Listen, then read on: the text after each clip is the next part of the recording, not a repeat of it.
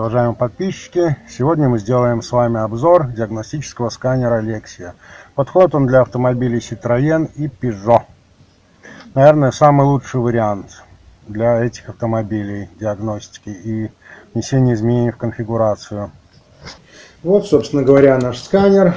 Замотан, правда, у меня изолентой, все провода скручены по причине того, что служит он уже нам далеко не первый год и постоянно оправдывает свое использование.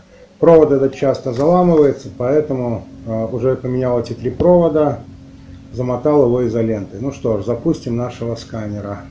Сегодня у нас машинка Citroën Xara приехала, машинка плохо тянет.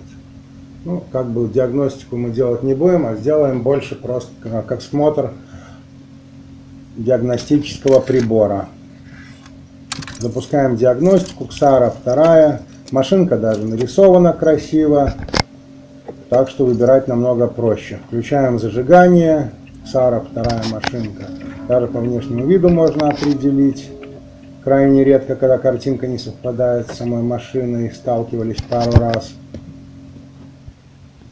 Запускаем диагностику, автоопределение машинки. ВИН-номер машинки определен. Тип блока управления также определен автоматически. Так что не надо лазить, смотреть, какой блок управления двигателя стоит. Хотя в старых машинах все-таки надо выбирать. Автоопределение не срабатывает. Что у нас есть в первом окне? Диагностика, программирование, запасные части, подготовка нового автомобиля. В самой диагностике у нас находится глобальный тест, тест по функциям и тест по оборудованию. То есть, но сюда мы еще вернемся.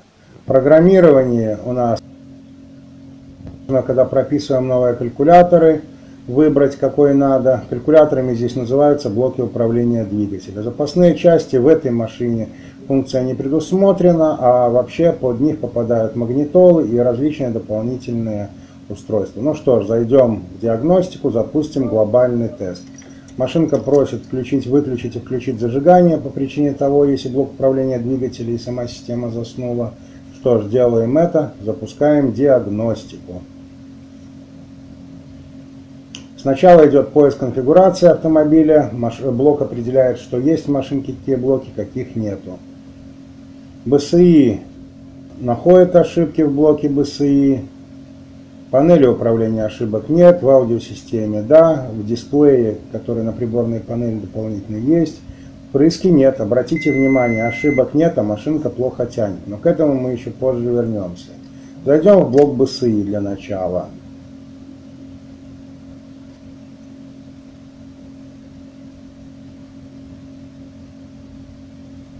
Посмотрим, что у нас в ошибках сначала находится. Устранимая ошибка – это ошибки, которые были уже устранены, а удаленная неполадка – это ошибка другого блока, но блок БСИ видит эту ошибку и говорит, что вот посмотрите, в другом блоке у вас проблема, до самого БСИ не доходит сигнал скорости автомобиля, например, в данном случае. Проведем удаление ошибок. Ошибки остались. Смотрим, что у нас осталось. Все временные ошибки, которые были удалены, а удаленные ошибки, которые в каких-то других блоках не доходят до блока БСИ, остались. Ну, это надо разбираться, а у нас сейчас просто обзор сканера, а не диагностика машины с решением проблем.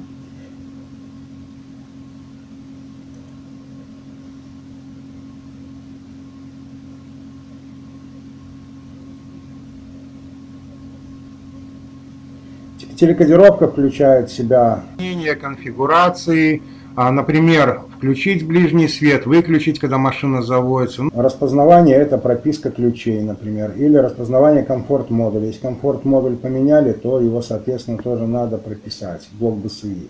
Если поменяли блок двигателя, то тоже надо его прописать по новой ключи. Зайдем в показания. Ну, собственно, тут все и так понятно, где плюсы есть, где плюсы нету, что у нас вообще творится. Зайдем в другой блок, где у нас ошибки, в аудиосистему. Магнитола сразу включается, но звук я запись выключил, чтобы не было конфликтов с YouTube, что посторонняя мелодия не зарегистрированная здесь играет. Ну, это постоянная ошибка Citroёn и Peugeot, нет связи с усилителем антенны. Даже можно не стирать. Зайдем в дисплей дополнительный.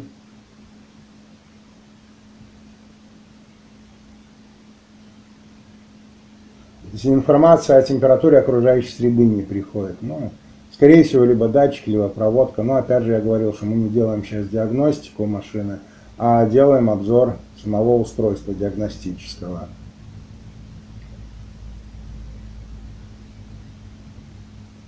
Ну вот, которые устранимые ошибки, это временные, которые могут вылезти опять, которые могут не вылезти. Неустранимые ошибки, это реально ошибки, которые есть проблемы по проводке, либо по датчикам, где сама система не видит их. Ну что ж, пожалуй, зайдем в блок управления двигателя. Заодно заведем, чтобы посмотреть характеристики. Заводим двигатель, смотрим, что у нас есть. Сначала зайдем в считывание ошибок. Ошибок нет, а машинка тянет плохо. Это совет как бы начинающим диагностам. Никогда не смотрите, не делайте абсолютное решение проблемы по чтению ошибок. Будем смотреть, что у нас происходит в показаниях датчика. Здесь у нас все красиво, обороты видим, напряжение. Посмотрим, что у нас по воздуху.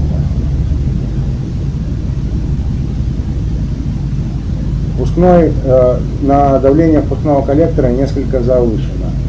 Там максимально задано 360. Ну, отсюда понятно. Газуем туда тоже вырастает. Видно по оборотам, что подгазуем, да и по звуку, вероятно, слышно. Посмотрим, что у нас дальше происходит.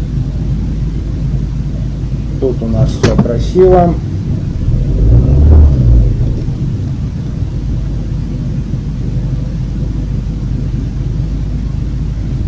Зайдем в систему антизагрязнения. Что у нас происходит? Вторая лямбда стоит на месте практически. Первая свои показания меняет.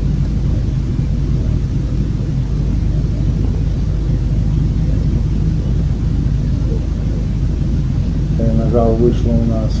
Вторая лямбда у нас не работает, получается. Это значит, будет проблема либо со второй лямбдой, либо все-таки забит катализатор. Из-за этого машинка может уже не тянуть.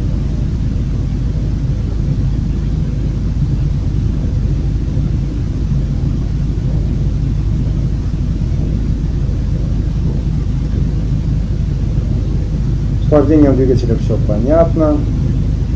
Это состояние калькулятора. Почему калькулятором назвали блок управления, ну пусть будет так. С калькулятором синхронизация в порядке, проблем не обнаружено, синхронизация все отлично работает. Если бы машинка не заводилась, наверное, вот сюда надо было заглянуть, посмотреть, есть синхронизация между блоком BSI, который выполняет роли модулайзера, и блоком управления двигателем. Что у нас дальше? Синхронизация, вентилизация компонентов. Это получается адаптация компонентов. Если меняли какие-то блоки, датчики, либо на долгое время снимали аккумулятор, в этой машинке все делается механически, а не электронно. Вот, собственно, подробно все расписано, как выставить дроссельную заслонку, положение педали газа и прочее. В синхронизации прописана привязка, если проводилась замена блока управления двигателя, для этого нам нужна синхронизация. Спасибо, уважаемые подписчики, за просмотр. Подписывайтесь на наш канал, ставьте лайк, а внизу в комментариях напишите, про какое оборудование вы бы хотели узнать обзор в наших следующих выпусках. До скорых встреч. Пока.